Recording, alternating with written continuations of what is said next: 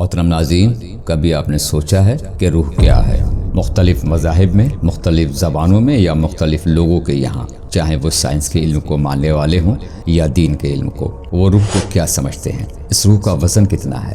کوئی انسان اس دنیا سے انتقال کر جائے تو اس کے جسم کو میت کہتے ہیں، یعنی ایک جیتے جاگتے انسان کے اندر سے جب روح نکل جائے تو ہم اس شخص کو نام سے نہیں پکارتے، بلکہ یہ کہتے ہیں کہ میت کو جلدی سے جلدی دفن کرو۔ روح کیا ہے اور یہ انسان کے جسم میں کب داخل کی جاتی ہے؟ اس وقت جب بچہ ماں کے پیٹ سے باہر نکلتا ہے یا ابھی ماں کے پیٹ کے اندر نام و نشان کی شروعات ہوتی ہے اور پہلی دفعہ اس کا دل دھڑکتا ہے؟ یہ دل کی پہلی دفعہ دھڑکنا کیا روح کے جسم میں داخل ہونے کی نشانی ہے یا نہیں؟ تو دوستو، آج کی ویڈیو اسی حوالے سے، اس لیے ویڈیو کو پورا دیکھیں اور ہمارا چینل آرٹس ورلڈ 17 کو سبسکرائب کرنا نہ بھولیں۔ السلام علیکم ورحمۃ اللہ وبرکاتہ۔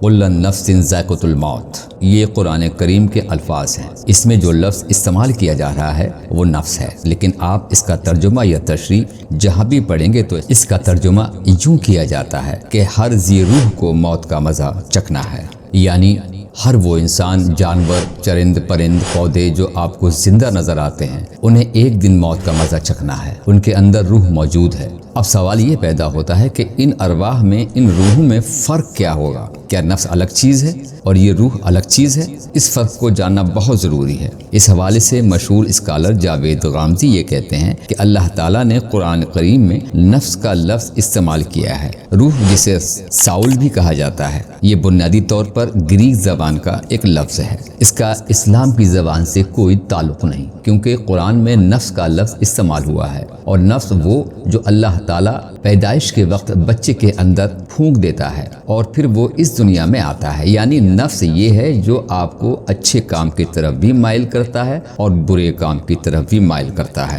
روح ایک جیتا جاگتا انسان ہے جو زندہ ہے۔ پھر یوں تو پرندے بھی زندہ ہیں، جانور بھی زندہ ہیں، تو پھر ان کی روحوں میں فرق کیا ہوا اور انسان اشرف المخلوقات کیوں ہوا؟ غامدی صاحب یوں کہتے ہیں، جب انسان پیدا کیا جاتا ہے اور اس کے جسم کے اندر نفس کو پھونک دیا جاتا ہے، پھر یہ اس کی شخصیت ہوتی ہے جو اسے اچھا یا برا بناتی ہے۔ یعنی جب وہ اچھے کام کرے گا تو وہ اچھے نفس کی نشانی، اور اگر برے کام کرے گا تو یہ برے نفس کی نشانی ہے۔ اب اسے ہم میڈیکل سائنس کے ساتھ سمجھتے ہیں۔ میڈیکل سائنس یہ کہتی ہے جب بچہ ماں کے پیٹ میں زندہ ہے تو اس کی نشانی یہ ہے کہ اس کے دل کی دھڑکن محسوس کی جا سکے۔ ساتھ ہی دل کی دھڑکن کو سمجھنے کے لیے بتایا جاتا ہے کہ دماغ سے ایک سگنل جاتا ہے جو دل میں دھڑکن پیدا کرتا ہے، اور اس سے خون رگوں میں جاتا ہے، اور یہی خون دماغ میں جاتا ہے اور یہ دماغ کو ایکٹیو کرتا ہے۔ تو ناظرین، آپ کے دل میں بھی یہ خیال آیا ہوگا کہ وہ پہلا سگنل جو دماغ سے دل تک جاتا ہے وہ کیسے پیدا ہو گیا اور وہ کس کے آرڈر سے پیدا ہوا؟ یقیناً طور پر اللہ تعالیٰ کے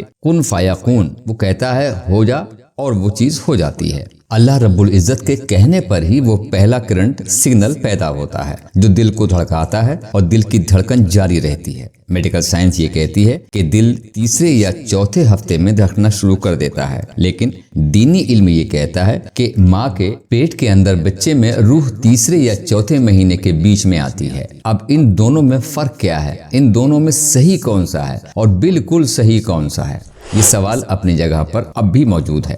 نبی کریم صلی اللہ تعالیٰ علیہ وسلم کے زمانے میں کچھ قریش عرب کے سرداروں نے یہودیوں کے پاس جا کر کہا کہ ہمارا ایک نوجوان لڑکا نبی ہونے کا دعویٰ کرتا ہے، ہم اس بات کی تصدیق کیسے کریں کہ وہ واقعی اللہ کا بھیجا ہوا نبی ہے یا نہیں؟ تو اس یہودی نے کہا اس کے پاس جاؤ اور اس سے پوچھنا کہ ذوالقرنین کے بارے میں، پھر اصحاب کہف کا واقعہ پوچھنا اور پھر روح کے متعلق سوال کرنا۔ اگر وہ تمہارے پہلے دونوں سوالوں کا جواب دے دے اور تیسرے سوال کا جواب بھی دے، یعنی روح کے متعلق بتا دے کہ روح کیا ہوتی ہے، تو سمجھ جانا کہ وہ نبی نہیں ہے۔ لیکن اگر وہ پہلے دونوں سوالوں کا جواب دے دے اور تیسرے سوال پر خاموشی اختیار کر لے تو پھر وہی سچا نبی ہے۔ جب اہل قریش نبی کریم صلی اللہ تعالیٰ علیہ وسلم کے پاس آئے اور ان سرداروں نے جناب ذوالقرنین کے بارے میں سوال کیا تو آپ صلی اللہ علیہ وسلم نے اللہ تعالیٰ کے عطا کردہ علم کے مطابق بتلا دیا۔ اور پھر جب اصحاب کہف کا واقعہ ہوا تو قرآن کریم میں سورہ کہف بھی موجود ہے جو اس موقع پر نازل ہوئی، تو اللہ کے رسول صلی اللہ تعالیٰ علیہ وسلم نے اللہ تعالیٰ کے عطا کیے ہوئے علم کے مطابق اصحاب کہف کا قصہ بھی سنا دیا۔ اب ان لوگوں نے تیسرا سوال کیا، پوچھا کہ اب روح کے متعلق کیا جانتے ہیں، روح کیا ہوتی ہے؟ یہ لوگ یہ امید کر رہے تھے کہ آپ صلی اللہ علیہ وسلم اس پر بھی کوئی واقعہ سنائیں گے۔ نبی کریم صلی اللہ تعالیٰ علیہ وسلم نے جو الفاظ دہرائے یہ اللہ تعالیٰ کی طرف سے وحی کے الفاظ تھے، اور وہ الفاظ یہ ہیں کہ روح اللہ کا امر ہے، یعنی اللہ تعالیٰ نے کہا کہ پیدا ہو جا تو وہ پیدا ہو گیا۔ اب اس کا علم اللہ تعالیٰ نے قلیل رکھا ہے جو ہمیں سمجھ نہیں آئے گا، یعنی قرآن میں یہ سورہ اسراء کی آیت نمبر 85 ہے جس سے یہ صاف ہوتا ہے کہ ہم روح کے علم کے متعلق نہیں جانتے۔ اللہ نے روح پیدا کی اور یہ ہمارے جسم میں آئی، ہم زندہ رہے، اور جب یہ روح عالم ارواح میں چلی جائے گی تو آدمی مردہ ہو جائے گا۔ جب اللہ نفس پھونکتا ہے تو پھر انسان کے پاس اختیار ہے کہ وہ اپنے نفس کو اچھا بناتا ہے یا برا۔ 1920 میں کچھ سائنسدانوں نے مرنے والے لوگوں کے اوپر ایک ایکسپیریمنٹ کیا۔ جو لوگ اسپتالوں میں ڈیتھ بیڈ پر تھے ان کے جسم کا وزن کیا گیا جسے باڈی ویٹ کہا جاتا ہے، اور پھر جب ان کی موت واقع ہو گئی تو ان کے جسم کا دوبارہ سے ویٹ کیا گیا تو سامنے 2 نمبر آئے۔ جب ان کا جائزہ لیا تو دونوں میں 21 گرام کا فرق تھا۔ یہ ایکسپیریمنٹ کئی بار کیا گیا اور ہر بار جو فرق آ رہا تھا وہ تقریباً 21 گرام کے قریب تھا۔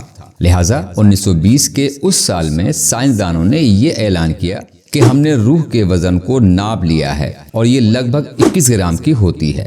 جب یہ 21 گرام کا وزن کسی انسان میں داخل ہوتا ہے تو وہ زندہ ہو جاتا ہے، اور جب وہ نکل جائے تو وہ مردہ ہو جاتا ہے۔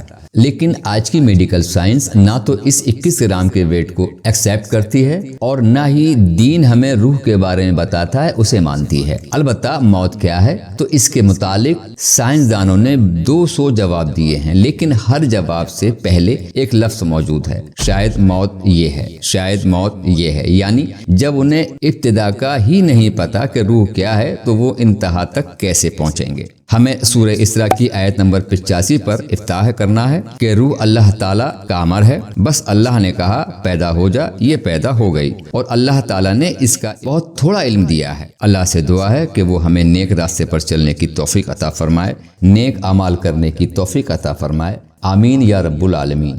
دوستو، ایسی اور ویڈیو کے لیے ہمارا چینل RC World 17 کو سبسکرائب کرنا نہ بھولیں، ویڈیو کو شیئر اور لائک ضرور کریں۔ جزاک اللہ۔ السلام علیکم ورحمۃ اللہ وبرکاتہ۔